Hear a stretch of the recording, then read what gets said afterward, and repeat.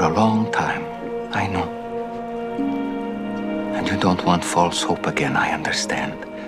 The life of Jesus Christ is one of the most documented and dissected in human history, yet it holds a haunting silence. From his miraculous birth to his ministry and crucifixion, the Gospels lay out a divine path, but skip nearly 2 decades without explanation. Between the ages of 12 and 30, Jesus vanishes from the record. These aren't just missing years, they're the most formative, most mysterious years of his life. What if during that silence, he was walking a path the church never wanted us to follow? Let's find out. A journey into the unknown. The Gospels offer little information about Jesus Christ's early life. The most famous account comes from the Gospel of Luke, where at the age of 12, Jesus astonishes religious scholars in the temple with his wisdom, Luke 2, verse 41 to 52. After this, the Bible falls silent until he reappears around the age of 30, ready to begin his ministry with John the Baptist's baptism. This 18-year gap in his life has sparked centuries of speculation and mystery, as no concrete details are provided in the scriptures. The traditional view suggests that during these years, Jesus lived a humble life in Nazareth, working as a carpenter alongside his father Joseph. He likely grew up as any other Jewish man would, learning the trade and maturing spiritually. Luke's gospel mentions that Jesus grew in wisdom and stature and in favor with God and man, Luke 2 verse 52, implying a period of quiet spiritual development. Yet the Bible offers no further explanation, leaving scholars and theologians to explore other possibilities. One popular theory is that Jesus traveled east during these missing years, possibly to India, Nepal, or Tibet. This idea gained prominence in the late 19th century when Russian traveler Nicholas Notovich claimed to have discovered ancient texts in a Tibetan monastery that spoke of a holy man named Isa, believed by some to be Jesus. According to Notovich, Isa studied with Hindu and Buddhist monks in India before returning to the Holy Land. Although Notovich's claims were largely discredited, the notion that Jesus encountered Eastern philosophies such as Buddhism and Hinduism continues to captivate those who see parallels between his teachings and Eastern spiritual principles, including compassion, love, and the nature of suffering. Another theory suggests that Jesus may have traveled to Egypt, a land rich in spiritual traditions. Alexandria, in particular, was a hub of knowledge where Jewish thought, Neoplatonism, and early Gnosticism converged. Some theorists believe that Jesus may have studied in Alexandria, gaining insights from various mystical traditions that influence his later teachings. This theory posits that Jesus' teachings were not solely derived from Jewish tradition, but also from the broader esoteric knowledge of the ancient world. A more widely accepted theory is that Jesus spent time with the Essenes, a Jewish sect known for their ascetic lifestyle and spiritual discipline. The Essenes lived in seclusion around the Dead Sea, and many scholars believe they wrote the Dead Sea Scrolls. Their teachings, particularly regarding communal living, concern for the poor, and the coming of God's kingdom, share striking similarities with Jesus' own. Some scholars suggest that Jesus may have spent time with the Essenes, learning from their teachings and deepening his spiritual understanding. While none of these theories are supported by direct historical evidence, they highlight the mystery surrounding Jesus' missing years. The Bible's silence on this matter has led many to focus on the later stages of his life, his teachings, miracles, and ultimate sacrifice, rather than his early years. However, the absence of detailed accounts of his youth only adds to the intrigue. What we do know is that when Jesus reappears at the age of 30, he is fully prepared for his mission. His profound teachings and ability to connect with people suggest that his hidden years were a time of significant preparation. The mystery of the missing years remains unsolved and likely always will. While the Bible doesn't provide answers, it invites us to reflect on the spiritual journey of Jesus, a journey that continues to inspire and fascinate people around the world. But what if Jesus spent those missing years in India, Egypt, or with secretive spiritual groups? Stay glued to your screen as we uncover the hidden truths behind his mysterious journey. Jesus and the spiritual journey east.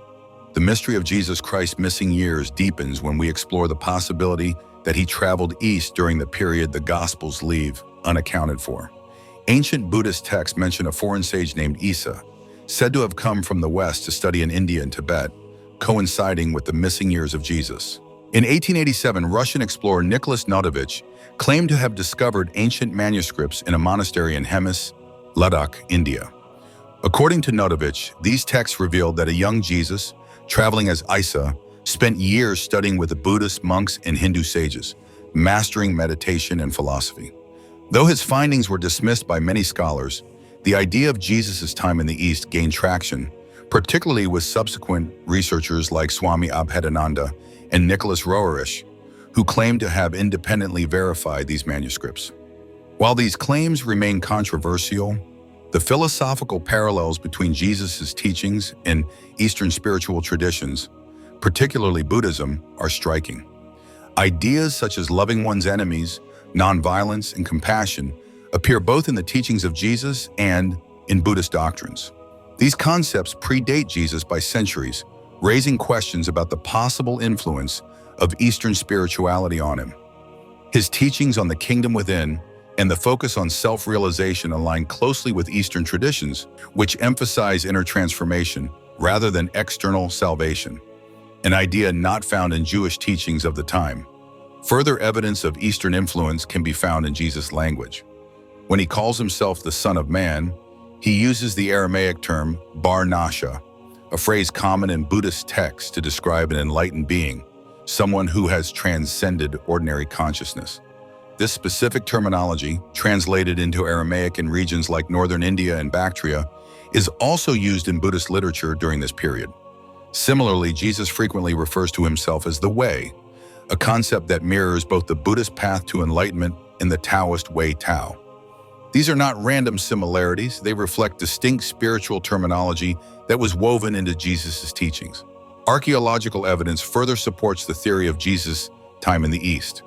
In Kashmir, a tomb called Rosabal has long been identified by local tradition as the resting place of Uz Asaf, a prophet who came from the West and taught spiritual wisdom similar to Jesus' own. The name Uz Asaf is often interpreted as a variation of Jesus the Gatherer. Remarkably, the tomb is oriented east-west, following Jewish burial customs, which contrasts with the typical north-south orientation of Islamic graves. This suggests a deeper connection to Jewish traditions, further fueling the debate on Jesus' travels. The most compelling evidence of Jesus' possible study in the East comes from his teachings. When he emerged at 30 to begin his ministry, he spoke with an authority that amazed even the religious scholars of his time. His radical departure from traditional Jewish thought points to extensive spiritual preparation. The Sermon on the Mount, for example, echoes Buddhist teachings on humility, compassion, and overcoming attachment, reflecting principles of enlightenment. Even Jesus' use of parables and koans to teach spiritual truths mirrors Zen Buddhist methods. These distinct teachings, unlike anything in Jewish tradition, suggest that Jesus may have drawn deeply from Eastern spiritual philosophies during his missing years. Healing and mystical teachings. Jesus' healing methods, including his use of touch, energy transfer, and the power of faith, show striking similarities to Eastern healing practices, particularly those found in Ayurvedic and Tibetan medicine. His frequent retreats for solitude and meditation further reflect Eastern spiritual disciplines, quite different from the Jewish customs of his time. Egypt, too, plays a significant role in understanding Jesus' spiritual development. According to Matthew's Gospel, Jesus' family fled to Egypt during King Herod's persecution around 4 years before the Common Era, but the details of their time there remain a mystery. What is known, however, is that Egypt was an ancient center of esoteric knowledge, home to schools that preserve profound wisdom on consciousness, energy, and spiritual transformation. The intellectual hub of Alexandria was where Greek philosophy, Jewish thought, Egyptian mysteries, and Eastern teachings intersected. It is here that the Therapeutae, a Jewish contemplative group near Alexandria, practiced healing and meditation techniques strikingly similar to those Jesus would later adopt. Their name, meaning healers, parallels how Jesus was often referred to as the healer, further reinforcing the connection. The influence of Egyptian mysticism is also evident in the symbolism present in Jesus' teachings. His emphasis on resurrection mirrors the central concept in Egyptian initiation rituals, while his reference to being born again echoes the language of ancient Egyptian mysteries. Additionally, when Jesus says, "Before Abraham was I am," It aligns closely with the Egyptian philosophical concept of the eternal nature of consciousness, symbolized by the phrase, "I am that I am." These aren't mere coincidences, but deep theological and philosophical ideas preserved in Egypt's mystery traditions. Jesus' mastery of these teachings suggests that he had direct exposure to such knowledge. The question, however, remains, why would the early church remove these elements from the story of his life? But what if Jesus' healing methods and spiritual practices were influenced by Eastern and Egyptian traditions? Keep watching to uncover the mystery. Jesus and the emerging Christian religion.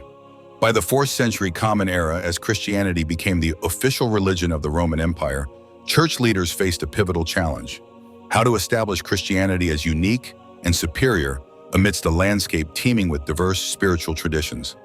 A portrayal of Jesus as someone who had studied Eastern philosophies or been initiated into Egyptian mysteries would directly undermine Christianity's claim to exclusive truth.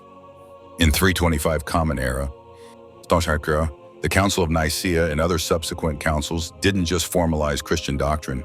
They worked actively to suppress any alternative narratives about Jesus' life and teachings. Texts mentioning Jesus' possible studies in the East or Egypt were deemed heretical, often burned or discarded, ensuring these perspectives would fade into obscurity. The result was a carefully curated story of Jesus that served the needs of the emerging church hierarchy. This erasure was not simply historical revisionism, but a strategic move that fundamentally shifted the trajectory of Western spirituality. By severing Jesus from his connections to Eastern wisdom and Egyptian mysticism, the church created an artificial divide between Western and Eastern spiritual traditions, one that persists today. What might have been seen as different expressions of universal spiritual truths became competing, isolated religious systems. This deliberate omission of a more inclusive view of Jesus invites us to reconsider the way we read his teachings. When he says, "The kingdom of heaven is within you," we can now recognize the similarity to the Upanishadic teaching Tat Tvam Asi, the understanding that divine consciousness dwells within each individual. His teachings on nonviolence and loving one's enemies echo Buddhist compassion practices, while his focus on being in the world but not of it aligns with Taoist concepts of non-attachment. Instead of viewing Jesus solely as the founder of a single religion, we can appreciate him as a spiritual synthesizer, incorporating wisdom from diverse traditions and making it accessible to his audience. This broader view also encourages us to explore practices that Jesus may have embraced during his own spiritual journey. Meditation, compassion, and present moment awareness, central to Eastern traditions, were likely integral to Jesus' path. His emphasis on mindfulness, such as the practice of entering your closet to pray, mirrors meditation techniques found in Buddhism. Moreover, a comparative study of the Gospels alongside Eastern texts like the Dhammapada, the Tao Te Ching, or the Upanishads reveals a striking similarity in their teachings on non-attachment, compassion, and the illusory nature of material wealth.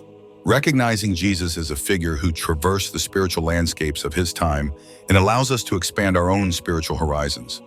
We need not view Eastern practices, like meditation or yoga, as foreign to Christianity. These were likely part of Jesus' own development. Just as he synthesized teachings from various traditions, we too can find wisdom in multiple paths. As we reflect on Jesus' journey, we are invited to examine whether we are limiting ourselves to a single tradition or whether a more universal wisdom awaits us, ready to bridge the gaps between paths that may, in fact, complement one another. But what do you think? Could Jesus have explored Eastern and Egyptian teachings before starting his ministry? We'd like to hear your thoughts. Don't forget to comment below and subscribe for more intriguing insights.